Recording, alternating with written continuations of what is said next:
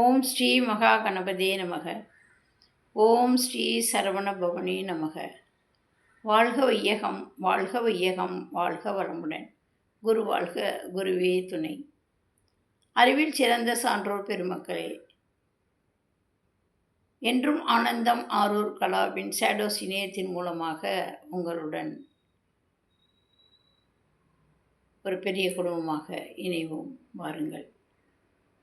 இன்றைய சிந்தனையாக நாடு சித்தி சித்தியானால் தியானம் சித்தியாகும் என்ற தலைப்பிலே சிந்திக்கின்றோம். ஏற்றி இறக்கி இருகாலும் போரிக்கும் காற்றை அளக்கும் கணக்கறிவாரில்லை, காற்றை அளக்கும் கணக்கறிவாளருக்கு கூற்றை உதைக்கும் குறியது ஆகுமே என்கின்றார் திருமூலர். நம்ம மூச்சு காற்று விடுறோம், மூச்சு காற்று வெளில போயிட்டு உள்ளே வருதுங்கிறத நம்ம ஆழ்ந்தெல்லாம் நம்ம பார்த்ததே இல்லை. நம்ம நடைமுறையில் அது வேலையை அது செஞ்சிகிட்ருக்கு, நம்ம வேலையை நம்ம பார்த்துட்ருக்கோம். ஆனால் அதை கணக்கறிஞ்சு நமக்கு ஒவ்வொரு நாளைக்கு எவ்வளவு மூச்சு வீதம் கணக்கிடுறோம், எத்தனை மூச்சு வீதம் நம்ம கணக்கிடும்போது நம்ம ஆயுள் காலம் நீடிக்கிறது என்பது வரைக்கும் கணக்கெடுத்து நமக்கு கொடுத்துருக்காங்க சித்த பெருமக்கள். அதுதான் வாசி வருமிடத்தில் மனம் வைத்து காத்து நீக்குவாய் வாசியோடு மனந்தான் புக்கு நினைவை தனிலடங்கி வரும் வரிசை காணே என்கின்றார் திருமூலர். அதாவது வலது இடது நாசியில் ஒரு சேர உணர முடியாது. ஆனால் இரு நாடியும் ஒரு இடத்துல ஒடுங்கி, அதாவது பிரம்ம நாடி என்று சொல்லக்கூடிய அந்த சுழுமுனையிலே ஒடுங்கும் பொழுது அதை நம்மளால் உணரவும் முடியும், நமக்கு அது சித்தியும் ஆகும் அப்படின்னு நமக்கு கணக்கிட்டு சொல்லியிருக்காங்க.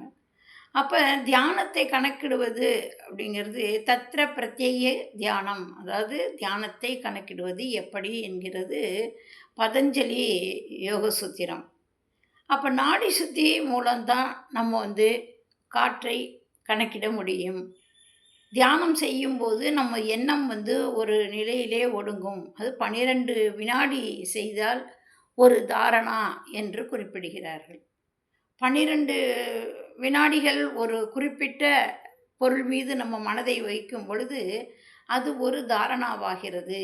அந்த 12 தாரணைகளை ஒரு இத்தனை நிமிடங்களும் கணக்கிட்டு 12 × 12 144 வினாடிகள் நாம் செய்யும் பொழுது நம் மனம் அலையாமல் நின்றால், அதுதான் நீடித்தால் அதுதான் தியானமாகிறது.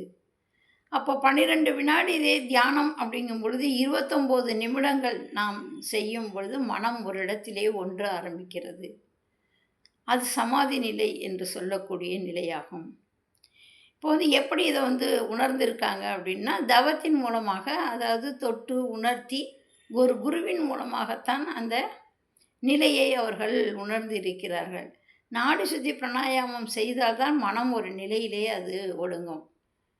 இப்போ கோழி அடைகாக்கும், தன்னுடைய ஹீட் எல்லாம் அந்த முட்டைக்கு கொடுத்து முட்டை பொரிவது போல் ஆகினி சக்கரத்திலே குரு மூலமாக உணர்த்தப்பட்டு அந்த நம்மளால் அந்த ஆக்னா சக்கரத்திலே நம்ம உணர்வை நம்மளால், நம்ம உயிர் ஆற்றலினுடைய உணர்வை நம்மளால் உணர பெற முடியும். இதே நம்ம மீன் குஞ்சுகள் என்ன பண்ணோம் அப்படின்னா, முட்டையை பொரிச்சிரும், அதை பார்வையாலேயே அதை அந்த முட்டையை குஞ்சுகளாக பொரிக்கும். முட்டையிட்டு பார்வையின் மூலமாகவே மீன்கள், அது துரியம், அதாவது குரு பார்வையின் மூலமாக ஆற்றலை கொடுத்து அவர்களுக்கு துரிய தீட்சை என்று சொல்லக்கூடிய அளவிலே தவத்தை செய்து கொண்டு கொடுத்திருக்கிறார்கள். துரியாதீதம் என்று சொல்லும் பொழுது இறையோடு மனம் எப்படி ஒன்றும் அப்படின்னா, ஆமை கரையில் முட்டையை இட்டுட்டு அது கடலுக்குள்ளே போயிடும். ஆனால் அது நினைவு எல்லாமே அந்த ஆமை முட்டை மேலேயே தான் ஞாபகம் இருக்கும். அது ஞாபகம், அதனுடைய எண்ணங்கள் அது மேலே போக போக போக அந்த முட்டைகளும் பொரிஞ்சு குஞ்சுகளாகும். அது மாதிரி தான் நம்மளுடைய குருவின் மூலமாக நம்ம ஆற்றலை பெற்று அந்த தவம் தியானம் செய்வதற்கு நமக்கு ஏற்ற முறைகளாக கணக்கிட்டு நம்மளுடைய முன்னோர்கள் சித்தர்கள் நமக்கு கொடுத்து சென்றிருக்கிறார்கள். அப்போ கொஞ்ச நேரமாவது நம்ம அந்தளவுக்கெல்லாம் நம்ம இல்லாமல் ஓரளவாவது நம்ம மனதை கண்ட்ரோல் பண்ணி ஒரு 10 நிமிஷமாவது நம்ம ஒவ்வொரு நாளைக்கு நம்ம மனதையே நம்ம பார்க்கும் பொழுது நமக்கு அது நமக்கு மனதளவிலே நாம் நலமாக இருக்கும் பொழுது உடலும் நலமாகும்.